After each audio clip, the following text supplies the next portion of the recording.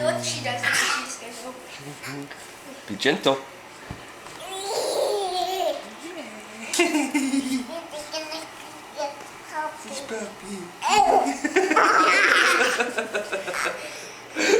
Oh no, not inside the mouth.